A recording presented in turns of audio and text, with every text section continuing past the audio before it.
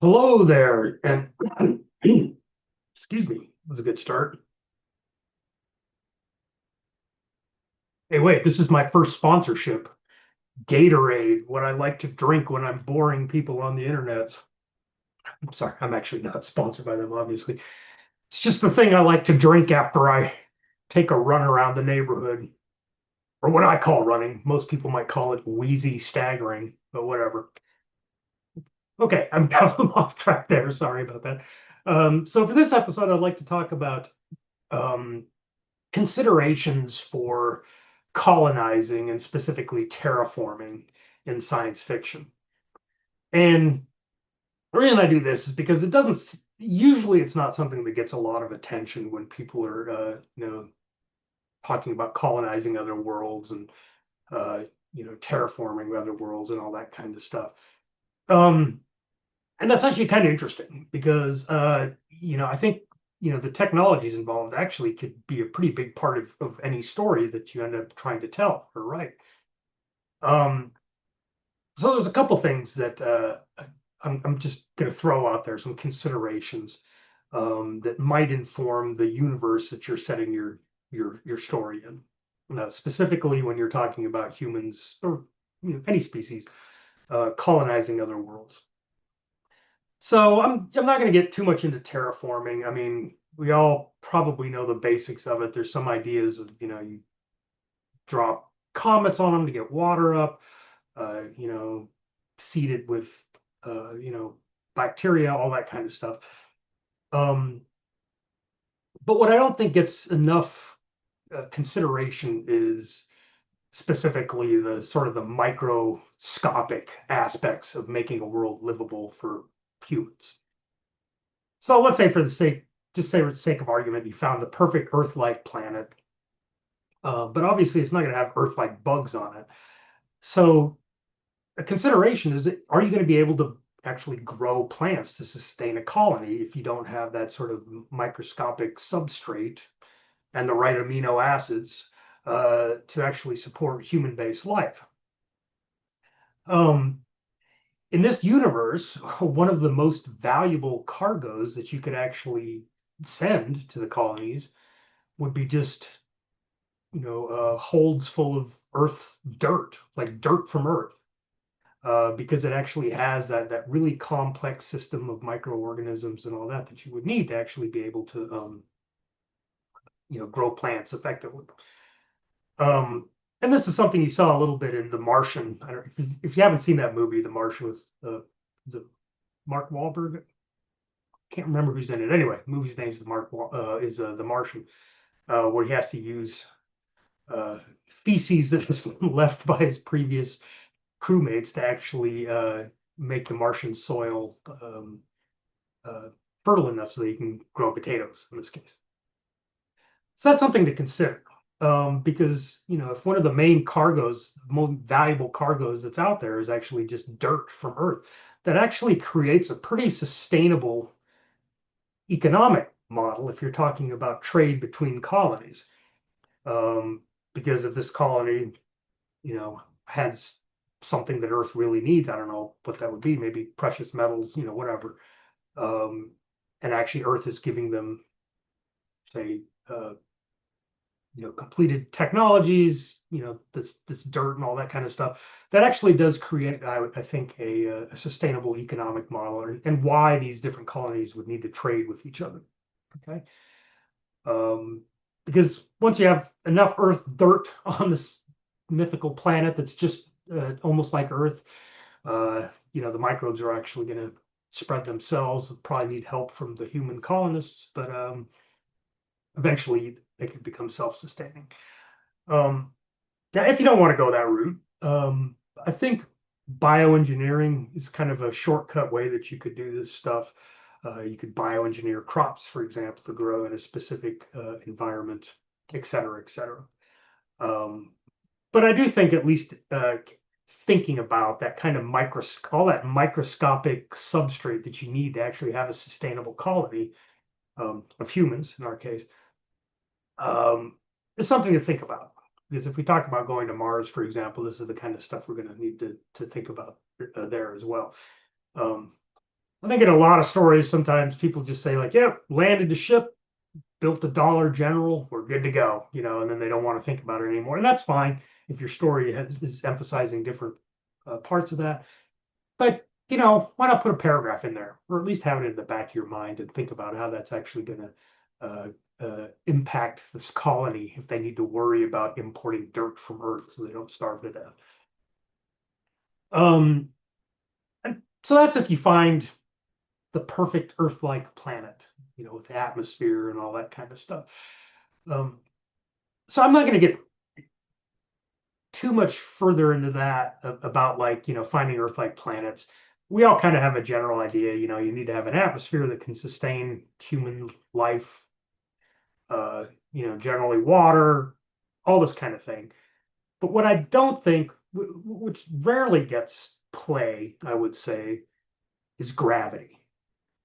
And I think that's actually kind of a shame, actually, because you know, even if you're talking about just Earth-like, perfect Earth-like planets are, I would assume, fairly rare. As far as we know, they're extremely rare.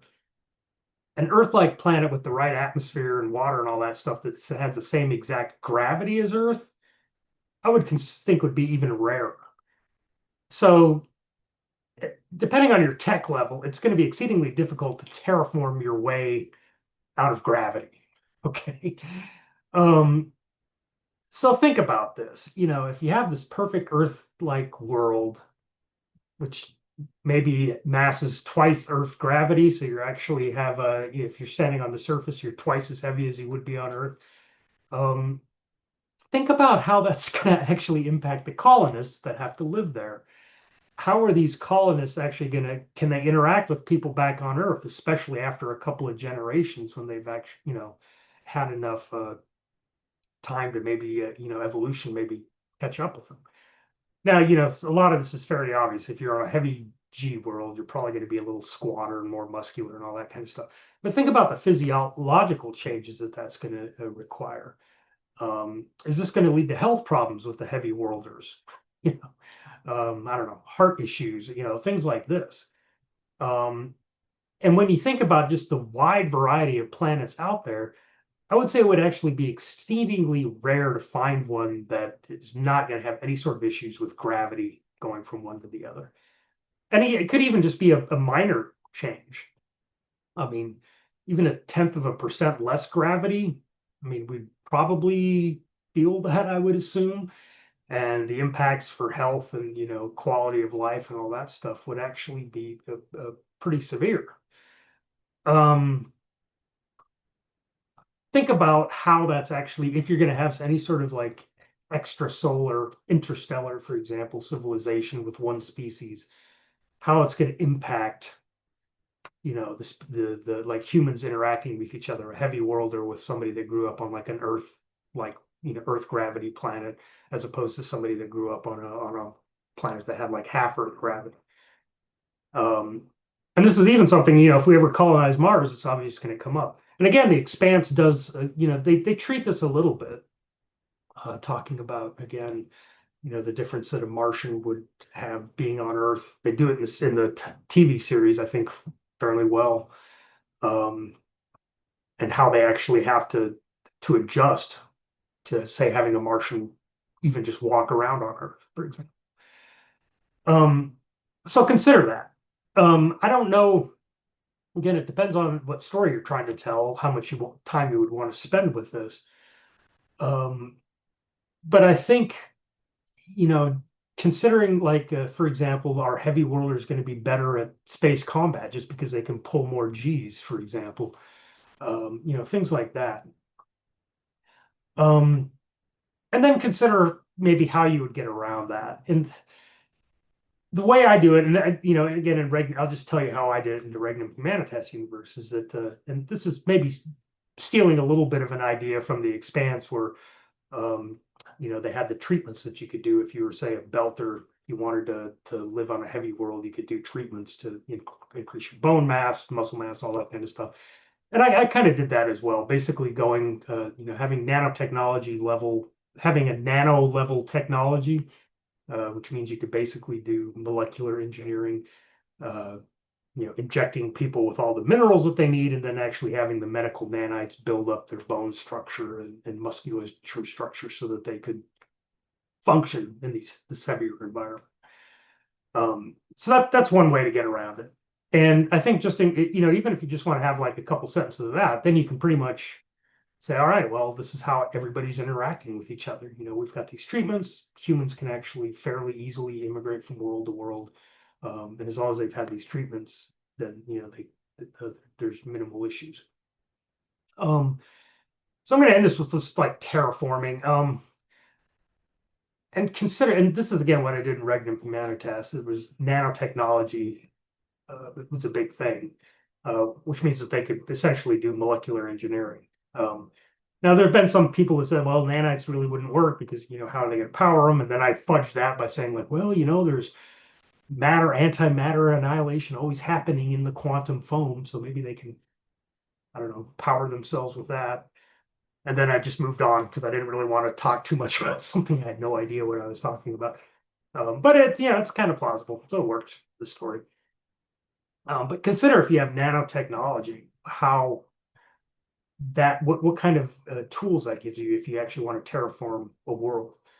And in Regnum Humanitas, it's a really powerful tool because it essentially means you can terraform a world, and it doesn't take like decades or even or centuries. You can pretty much just drop these self-replicating nanites in, run the program, switch the atmosphere to something breathable, extremely destructive if there's anything actually living on the planet.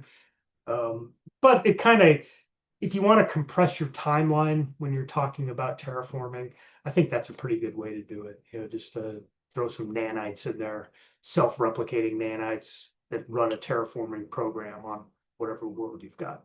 Okay, so just a couple ideas to think about. Again, with my Gatorade sponsor. Delicious. But yeah, anyway, just a couple of things to think about if you're talking about colonizing and terraforming in your world. Consider the impacts of gravity, which doesn't get a lot of play usually. And then maybe if you want to have a compressed timeline for terraforming, consider using nanites. And then at least think about the substrate, like that kind of bacteria and all the little microbes that go into making fertile soil fertile, and how that might impact your world. Okay, that's all I got. I feel like I've dispensed massive amounts of wisdom to the internet, so I'm going to go ahead and log off and let you guys get on with your day. Have a good one.